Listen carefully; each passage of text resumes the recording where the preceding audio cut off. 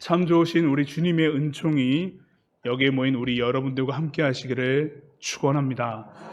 네. 오늘 말씀을 보았는데요. 복음서입니다. 마태복음 말씀을 읽었는데요.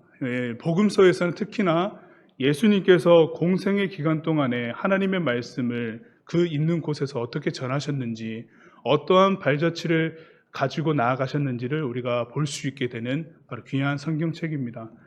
예수님의 공생의 기간 동안 보여주신 사역들을 세 가지로 한번 정리하자면 이렇습니다. 하나는 하나님 나라를 가르치셨고, 그리고 두 번째는 구원을 얻게 하는 복음을 전하셨고, 세 번째는 귀신을 내쫓으시며 병든 자를 고쳐주셨습니다.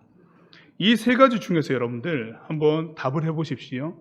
직관적으로 생각했을 때에 하나님의 권능이 나타났다, 우리 가운데 하나님의 권능이 임하셨다라고 이야기할 수 있는 직관적인 사역이 뭐가 있을까요? 이 세 가지 중에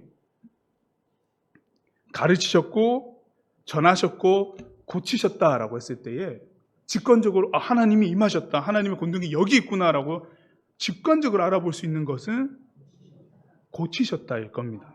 하나님의 권능이 바로 일어나는 것은 눈으로 목도하게 되니까요, 바로 직관적으로 알 수가 있겠죠. 맞습니다. 하나님의 권능이 임하시기 때문에 병든 자가 치유받는 게 맞고요, 귀신이 쫓김 받는 것도 맞습니다. 하나님의 권능이 거기 임했기 때문입니다. 맞습니다. 예전에 병든 자를 치유하고 그리고 그 은사로 한창 기도원이나 이 교회가 흥했던 적이 있었습니다. 물론 지금 또 그렇겠지만은 그런 목사님들도 한창 많이 활동하셨죠. 우리가 이름만 대면 알 수 있는 기도원도 있을 것이고 그런 목사님도 계실 텐데, 제가 20살 때 그리고 군대 가기 전에 아주 짧은 한 2년 정도의 기간 동안에 어떤 교회를 갔었냐면은 그런 우리가 보았던 이 고치는 사역들, 병 고치는 이 은사가 아주 활발하게 일어나는 교회에 청년으로 있었습니다. 사역 찬양팀으로 제가 함께 있었는데요. 그곳에서는 예수라는 이름만 들어도 흥분하시는 거예요. 막 아멘이 터져나오고 예수 이렇게 막 아멘 하고 이렇게 저는 어린 마음에 굉장히 충격받았던 교회였는데, 기력이 있으셔서 좀 걸으실 수 있고 뛸 수 있는 분들은 찬양할 때 그렇게 안 앉아 계세요. 일어서서 막 뛰고 뭐 얼마나 하시는지. 제가 찬양팀이다 보니까 금요 치유 기도회 같은 경우에는 옷을 꼭 챙겨갔습니다. 여벌옷을. 왜냐하면은 기도회가 끝나잖아요. 온몸이 그냥 땀으로 다 젖어가지고 갈아입고 와야 돼서 옷을 한번 더 챙겨갔어요. 그 정도로 그런 교회였는데, 그 교회에서 영적 체험도 굉장히 많이 했습니다. 여러 가지 것들, 너무 신비한 것들이 너무 많이 일어나니까, 성경에서만 보던 것들이 막 일어나니까 너무 재밌고 신비롭고 굉장히 교인분들도 열정적이고 막 그런 거예요. 그런데 결론적으로는 저는 그 교회를 나왔습니다. 군대 제대하고 다시 복귀 안 하고 목사님께 말씀드리고 나왔는데, 이유가 뭔지 아십니까? 어느 순간 마음이 공허하더라고요. 마음이 막 헛헛해요. 막 뭔가 땀을 흘리고 사역을 열심히 하고 눈앞에 목도되는 그 현상들, 그리고 병든 분들이 치유되는 것들을 보고 있는데 어느 순간 마음이 이게 헛헛한 거예요. 하나님의 권능을 맛보고 더 깊은 임재 가운데 들어가려면 하나님의 말씀으로 내 속 사람이 채워져야 되는데, 뒤돌아보니까 그게 없더라고요. 주일 예배가 되었습니다. 우리 주일 예배 때 순서대로 예배를 쭉 아름답게 드리지 않습니까? 하나님께 마음을 드리고 하는데, 그날따라 설교 전에 찬양이 너무나 은혜스러웠던 거예요. 제 성도들이 울고 목사님께서도 울고 저도 감동이 되어서 막 눈물바다가 됐습니다. 찬양하는데, 보혈에 관한 찬양이었는데 그 찬양 한 곡을 40분 정도 불렀습니다. 시간이 많이 제법 갔죠. 40분 정도 부르고 난 다음에 이제 설교하실 시간이 됐는데, 시간이 너무 지났기도 했고 우리가 더 무슨 말을 하겠습니까? 설교를 안 하셨어요. 축도하고 바로 예배가 끝났거든요. 그런 일들이 이제 빈번하게 일어나는 상황이었습니다. 그러다 보니까 이 말씀으로 채워지는 시간이 없고, 말씀을 연구하고 묵상하고 삶으로 부딪혀서 갈등하고 고민하고 하나님의 말씀이 나의 삶을 어떻게 변화시키는지에 대한 고민은 사실 거의 없는 그런 사역들이 이루어지다 보니 제 속에 굉장히 공허함이 남더라고요. 그래서 나오게 되었습니다. 저뿐만 아니라 저를 포함한 그 교회는 신학생들이 3명 있었는데 그 3명도 같이 나왔습니다. 그리고 정중하게 말씀드리고 나왔는데 그게 잘못됐다, 뭐 잘했다 이걸 얘기하는 것이 아니라 지금 그 목사님께서는 이제 균형 잡힌 사역을 하고 계시고 그 여러 동료 목사님들이 조언도 해주시고 하셔서 제한하시고 절제하시고 풍성하게 균형 잡히게 성도들과 함께 나아가시려고 굉장히 애쓰고 계십니다. 설교를 준비하면서 최근 그 교회의 홈페이지에 들어갔다 왔는데 지금은 상당히 많이 바뀌셨더라고요. 그러면서 청년들도 많이 모이는 교회가 되어 있었습니다. 그때 당시에 느꼈던 이 마음의 헛헛함이라고 하는 것들은 굉장히 저를 갈등하게 했거든요. 왜 이렇지? 눈앞에 목도되는 하나님의 살아계심이 보이는데 왜 내 마음은 갈수록 공허하지? 라고 하는 그 고민들이 늘 질문거리였습니다. 그러다 보니 예수님께서 공생의 기간 동안 사역하셨던 내용들을 쭉 보니까 이 3가지가 균형 잡히게 있었다라고 하는 거예요. 가르치셨고 전하셨고 고치는 게 항상 같이 있었다라고 하는 겁니다. 어느 한쪽에 치우칠 때는 그 한쪽이 다른 한쪽이 약해지는 것들을 볼 때에 내가 균형 잡히게 성장을 못하겠구나라고 하는 생각들이 굉장히 많이 들기 시작을 했습니다. 그래서 그 교회로 나오고 난 다음에는 열심히 성경 공부했습니다. 혼자 그냥 성경 공부 열심히 했습니다. 성경 문제집도 갖다 놓고 읽고 풀고 하는 것들을 엄청 많이 했어요. 갈증이 나니까요. 그렇게 하면서 말씀을 외우기도 하고 계속 혼자 공부를 했었습니다. 그러니까 조금은 마음속에 위안이 되는 듯한 느낌도 있었는데 그런 경험들을 보니까 나의 이 눈앞에 보여지는 것들을 쫓아가는 이런 일들이 건강하진 않을 수 있겠구나라고 하는 생각들을 많이 하게 됐습니다. 이전에는 저의 기도가 열정적이고 부르짖고 제가 목소리가 허스키하지 않습니까? 이게 성대 결절이 있어서 그런데 그때 당시에 아주 그냥 그 사역을 하면서 목이 피 터져라고 외치고 부르짖다 보니까 이게 목이 갔어요. 가고 안 돌보고 또 부르짖고 하다 보니까 목이 가서 안 돌아오는데 그런 것들을 생각해 보니까 나의 기도는 어땠는가를 뒤돌아보니 저의 기도의 패턴, 생활들을 뒤돌아보니 뭔가가 이 기도가 하나님과의 대화보다는 엄청나게 어떤 현상들을 원해서 내 삶에 어떤 것들이 빡 펼쳐지기를 원하는 그런 기도만 하고 있었던 것 같더라고요. 신학대학원에 갔을 때에 1년 정도 영신수련이라고 하는 것을 했습니다. 개신교 수도원 운동의 일환으로 영성신학이라고 하는 것이 있거든요. 침묵 속에서 하나님과 깊은 인재 가운데 말씀을 정면으로 마주하고 나를 들여다보고 하나님은 어디로 나를 이끌어 가시는가, 하나님의 역사는 어떻게 일어나고 계신가에 대해서 차분하게 보는 훈련들이 있습니다. 그 1년 동안 하는데 엄청나게 많이 끼워졌습니다. 일단은 저를 영적으로 지도해 주시는 교수님과 기도 멘토들이 저에게 첫 번째로 했던 것이 뭐냐면은 기도가 너무 붕 떠 있다였습니다. 붕 떠 있대요. 날아다닌대요. 날아다니고 하나님을 쫓아가는 것이 아니라 하나님께서 베풀어 주신 그 어떤 것들을 원해서 뭔가 기도를 하고 있다는 겁니다.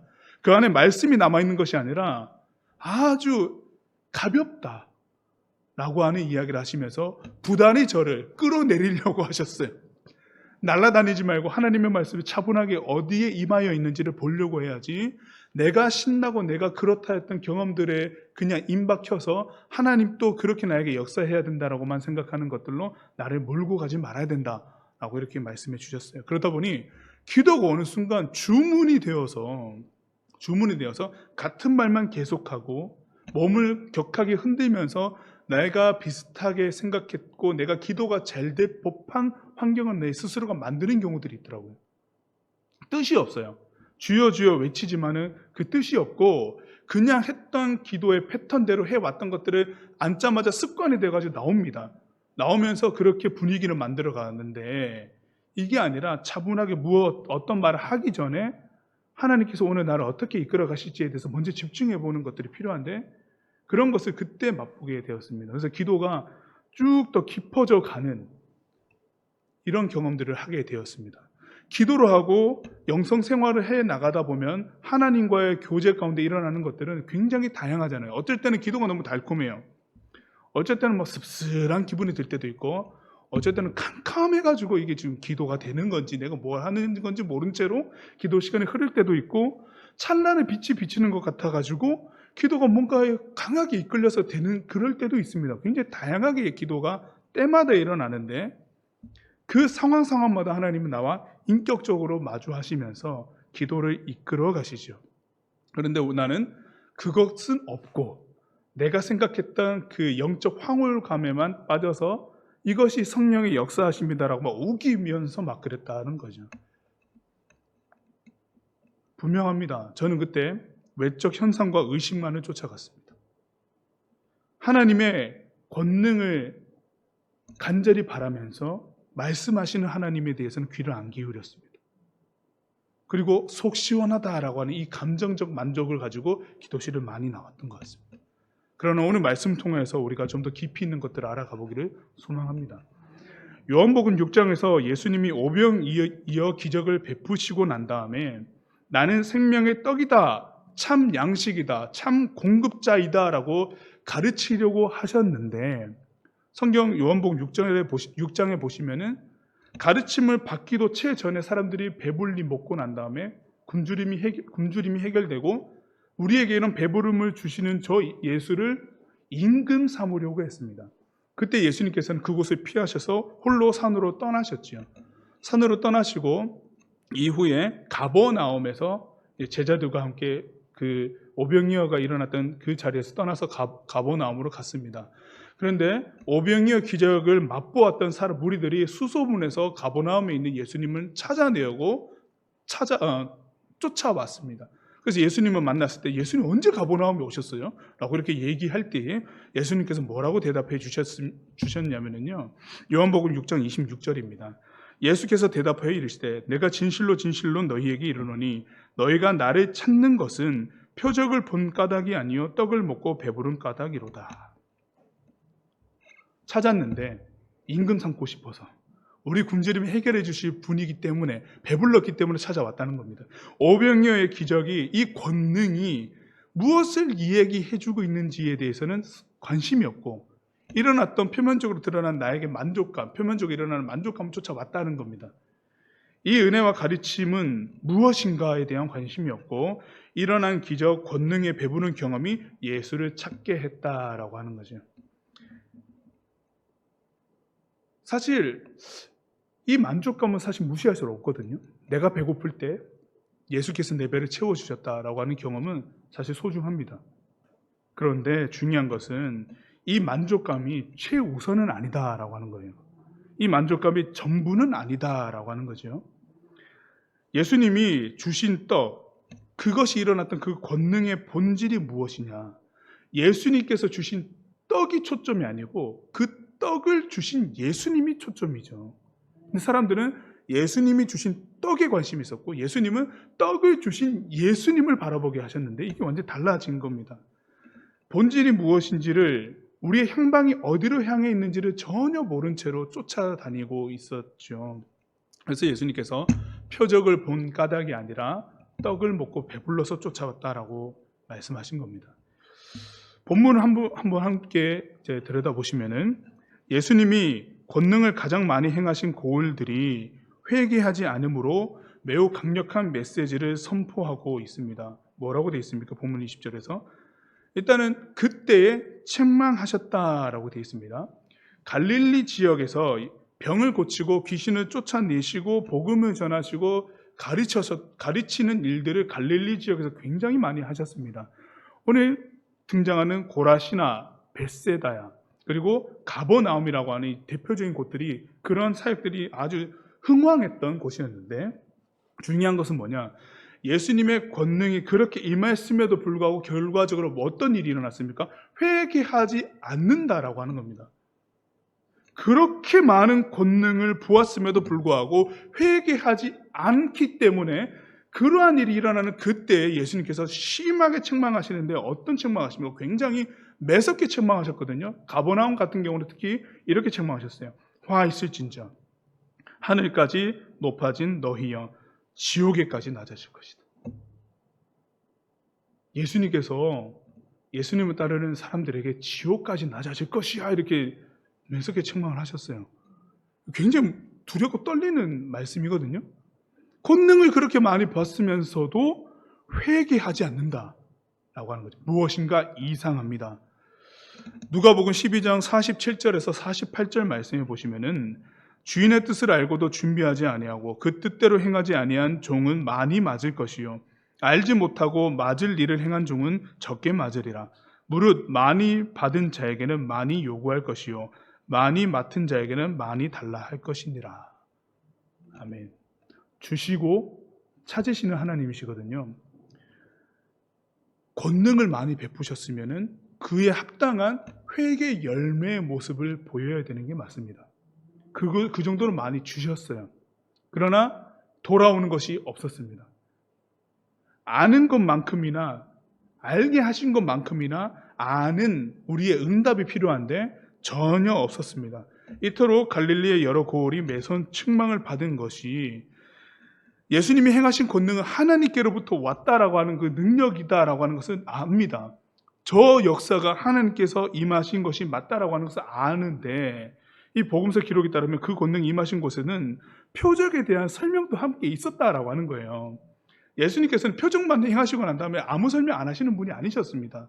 이것이 왜 일어나는지에 대해서 하나님은 이 일을 통해서 우리가 회개하고 천국에 가기를 원하신다거나 하나님의 백성으로 살기를 원하신다거나 이 하나님 나라에 대해서 설명을 해주세요. 굉장히 친절하게요. 이 일들이 왜 일어나는지 알려주신단 말이죠. 몰라서 질문할 때는 친절히 설명도 다 해주시는 분이에요. 설명하셨다는 겁니다. 중요한 건 권능만 보고 설명은 안 듣는다. 이 되어진 일들이 뭔지에 대해서 내 가슴 속에 묻어서 고민하고 내 것으로 만들려고 했던 것들이 전혀 없었다는 것이 되죠. 많이 주었는데 하나도 돌아온 것이 없었다라고 하는 겁니다. 그 말씀을 들어도 이제 회개가 터져 나오지 않았던 거죠. 분명하게 그 이유는 서두에서 말씀드렸던 것처럼 이 갈릴리 사람들도 외적인 현상만 보았기 때문이다. 그렇기 때문에 하나님의 그 권위와 영광스러운 강력함에는 매료되었지만 압도되었지만은 오병이어의 기적을 보고 굶주림이 해결되어서 예수님을 쫓아왔던 그 사람들처럼 떡을 먹고 배부른 까닭에 예수님을 찾았던 것처럼 이 갈릴리에 있었던 그 다른 사람들과 똑같다라고 하는 겁니다. 대표적인 이야기지만 많은 사람들이 이런 모습을 예수님 앞에서 보여주었다라고 하는 겁니다. 그럼 우리가 한번 질문을 던져봐야 될 것이죠. 권능을 그렇게 많이 베푸시고 설명까지 하셨는데 왜 그 하나님의 권위와 권능에만 집중되어져 있고 그 말씀이 나를 살게 하는 이 과정, 존재가 만들어지는 것에는 왜 관심을 못 두었을까? 왜 그랬을까? 질문해 보면은 한 가지 답이 나옵니다. 편하니까요. 편해요. 하나님의 권능으로 필요한 것들 채워주시니까 아주 편하죠. 배고플 때 먹을 거 주시니까 얼마나 편합니까? 하루 벌어서 하루 먹는 삶이라면 내가 하루에 노동을 했을 때 기대할 수 있는 그 소득이라고 하는 것이 하루 없어지는 그런 노동에 기대감이 없는 삶을 살고 있었다라고 했을 때에 내가 이 굶주리고 고생해서 먹을 수 있는 것은 한 끼 해결이다라고 하는 그렇게만 살 수밖에 없는 그런 환경에 있는 사람이었다면 이 굶주림을 해결해주는 예수님의 이 채워주심은 노동을 쉬게 해주시니까 얼마나 편합니까? 쉴 수 있잖아요. 얼마나 좋습니까? 거기에만 머무른다라고 하는 겁니다. 예수님께서 차려주신 밥상이 얼마나 좋습니까? 그것에 만족이 끝납니다. 질량 보존의 법칙을 우습게 넘겨버리는 이 오병이어의 사건에 압도되어가지고 이게 너무 좋은 겁니다. 이것만 주세요 라고 하는 거죠. 그러나 우리는 기억합니다. 예수님께서 40일 동안 금식하시면서 사탄에게 시험 받으실 때 굶주리셨을 때 사탄이 뭐라고 유혹합니까?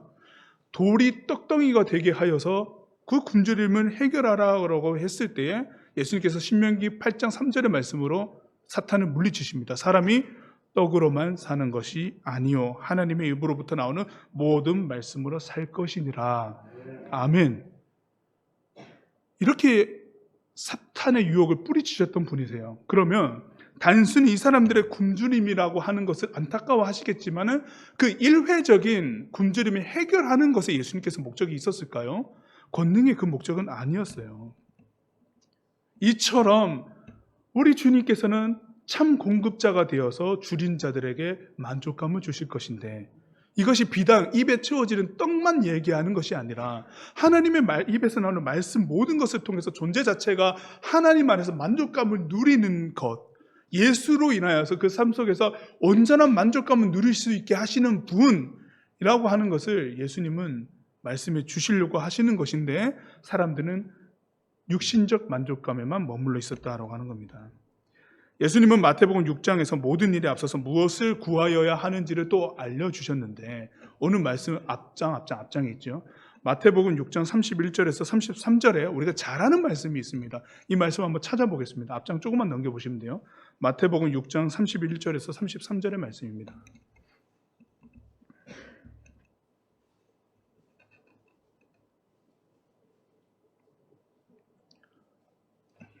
네, 우리 함께 읽겠습니다.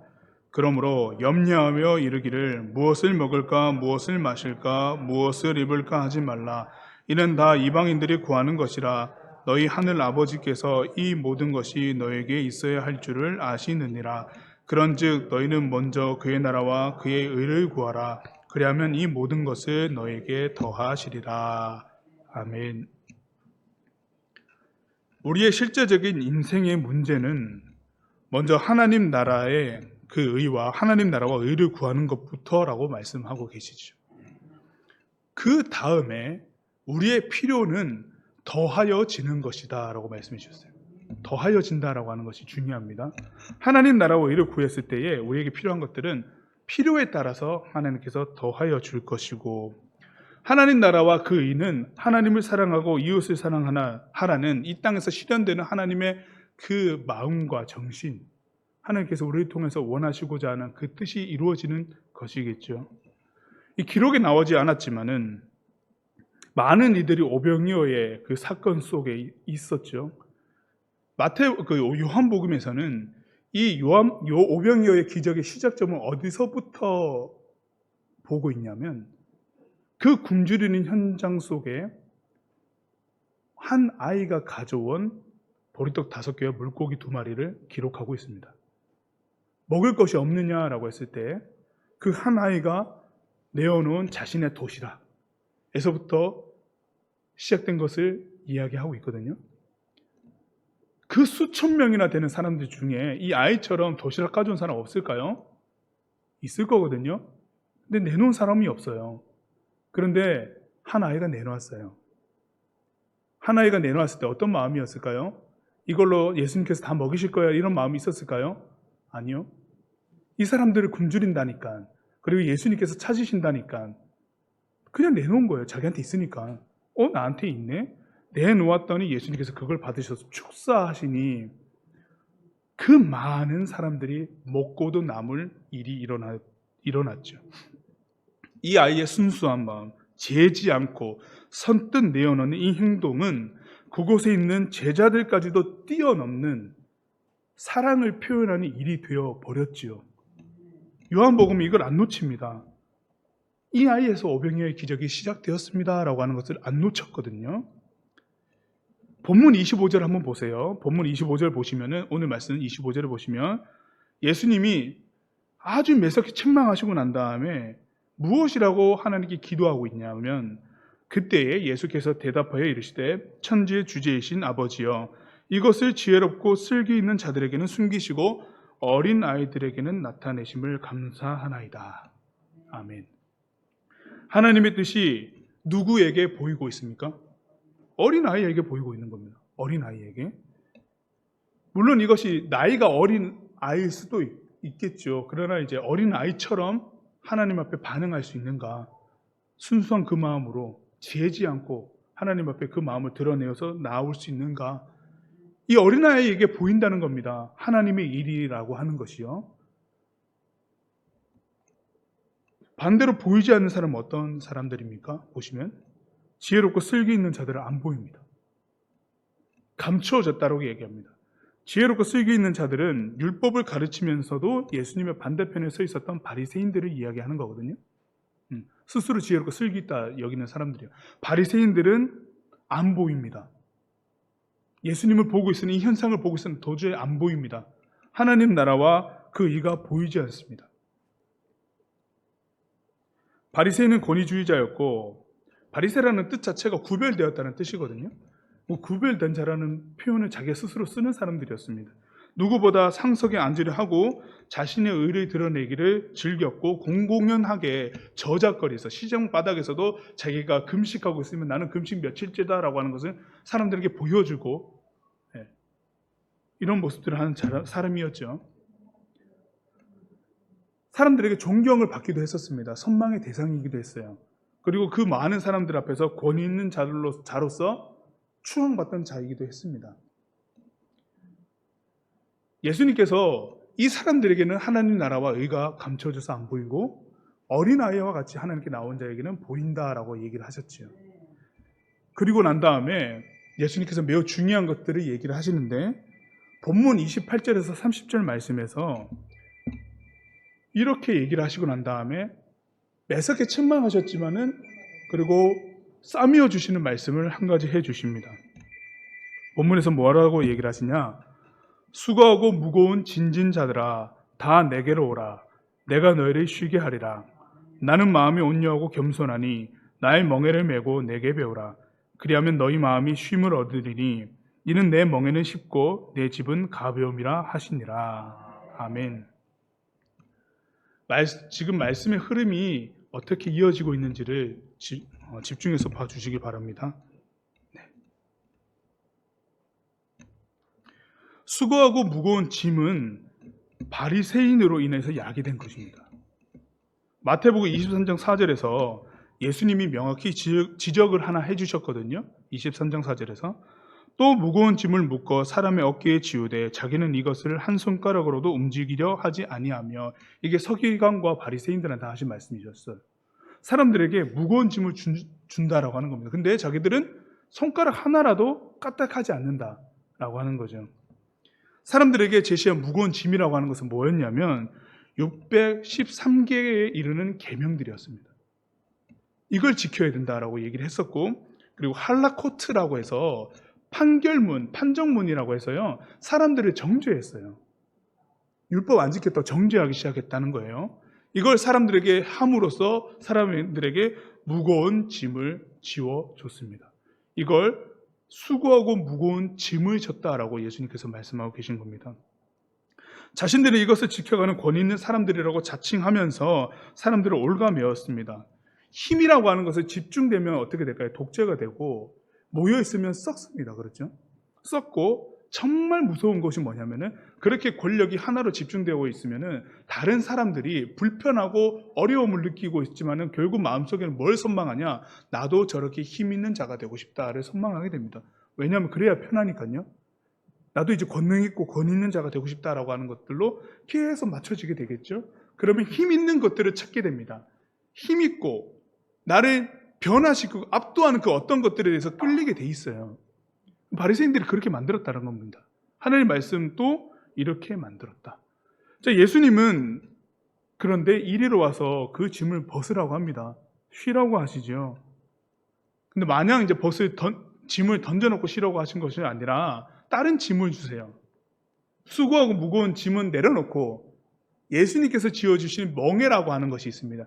이 멍에를 메라라고 말씀을 하고 계시는데, 이 멍에는 율법의 비유적인 표현이거든요. 바리새인이 가르쳤던 수고하고 무거운 짐이라는 그 수많은 계명들을 던져버리고 예수님께서 가르치시는 율법을 메라라고 얘기를 해 주셨습니다. 더 구체적으로는 나의 멍에, 예수님이 가르치신 율법, 하나님께서 진정 무엇을 얘기하고 계신지에 대해서 알려주는 그 율법, 이걸 메라라고 얘기하시면서 이것은 쉽다라고 얘기하셨어요. 이것은 가볍다라고 얘기를 하셨습니다.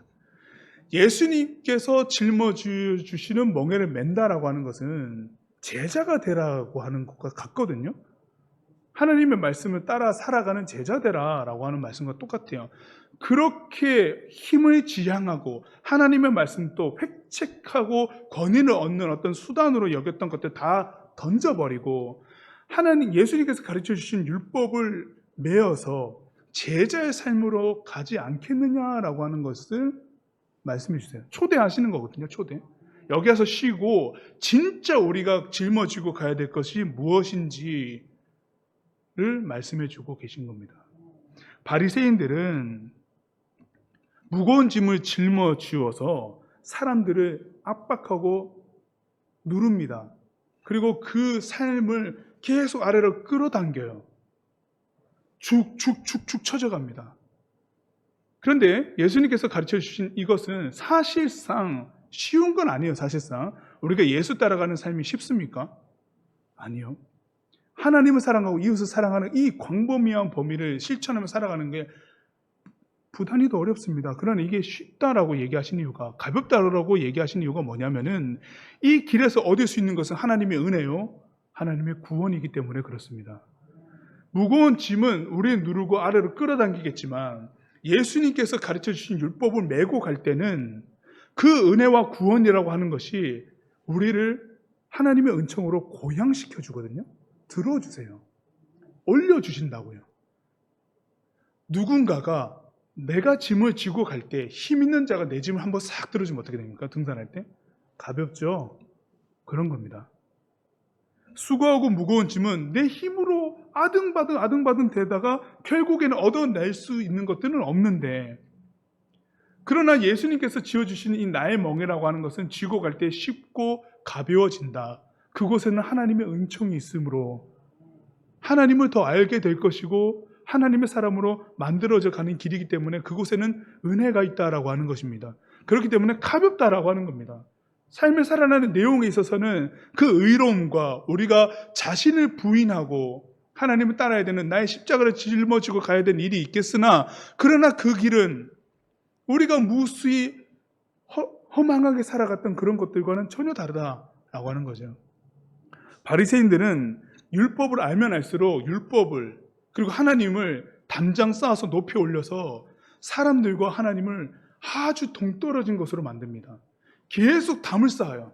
담을 쌓아서 계속 하나님은 높아지거든요. 왜냐하면 이런 번접할 수 없는 율법을 우리에게 명령하신 하나님은 얼마나 거룩하신가, 얼마나 전능하신가라고 하는, 누가 들으면 맞는 말 같으나 그 하나님은 어느새 나와는 굉장히 멀어진 하나님이 돼 있어요. 전능하신 하나님이기 때문에 내가 번접할 수 없는 하나님이에요. 그러다 보니 하나님은 우러러 봐야 되고 저 멀리 계신 분이고 높으신 분이기 때문에 나의 삶에는 별로 관심이 없는 분이실 거다라고 하는 것들이 생겨나기 시작을 합니다. 그럼 하나님이 내 삶에 가까이 계신 분이 당연히 아니게 되는 거예요. 그렇다, 하나님은 그대와 멀리 있는 분이고 바리새인은 우리들은 하나님과 가까이 있다. 이렇게 되는 거죠. 선을 긋기 시작을 하죠. 그런데 예수님께서는 아니죠. 담 자체를 허무신 분이에요. 하나님이 도리어 우리에게 다가오시고 가까이 오신다라고 하는 것을 말씀해 주시잖아요. 하나님은 가까이 계신다. 하나님 나라와 의라고 하는 것은 우리에 너무나도 가까이 있는 것이다. 예수님께서 가르쳐 주신 율법이라고 하는 것은 사람들을 하나님께로 모으는 것이었습니다. 우리 피부에 와닿고 감화하시고 삶을 변화시키는 여기에 계신 하나님을 이야기해 주는 것이 예수님께서 말씀해 주시는 나의 멍에를 맨다라고 하는 거거든요. 예수님이 이것이 쉽고 가볍다고 하신 겁니다. 단순히 우리 힘만으로 살아내는 것이 아니라 하나님과 함께 라고 하는 거죠. 함께. 하나님은 우리들에게 자 이거 매라고 멍에를 던지는 분이 아니에요. 함께 매자라고 초대하시는 분이에요. 초대라고 말씀드렸죠. 함께 메고 가자. 함께 짊어지고 이 길을 나서자라고 하시는 분이자라는 겁니다.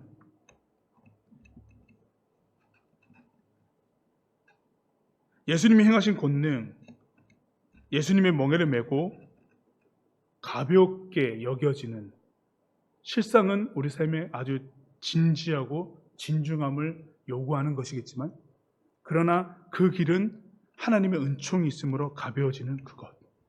하나님을 더 이상 권위와 추상적인 개념, 관념의 하나님, 전능하신 분으로 숭상하도록 만들어버리는 것이 아니라 여기에서 함께 걸어가는 하나님, 나의 삶을 돌아봐 주시고 나의 삶의 이야기들을 모두 아시는 분, 나와 함께 더불어 가시는 분, 하나님과 더불어서 함께 걸어갈 수 있는 힘을 주시는 분, 그 하나님이시다라고 하는 겁니다.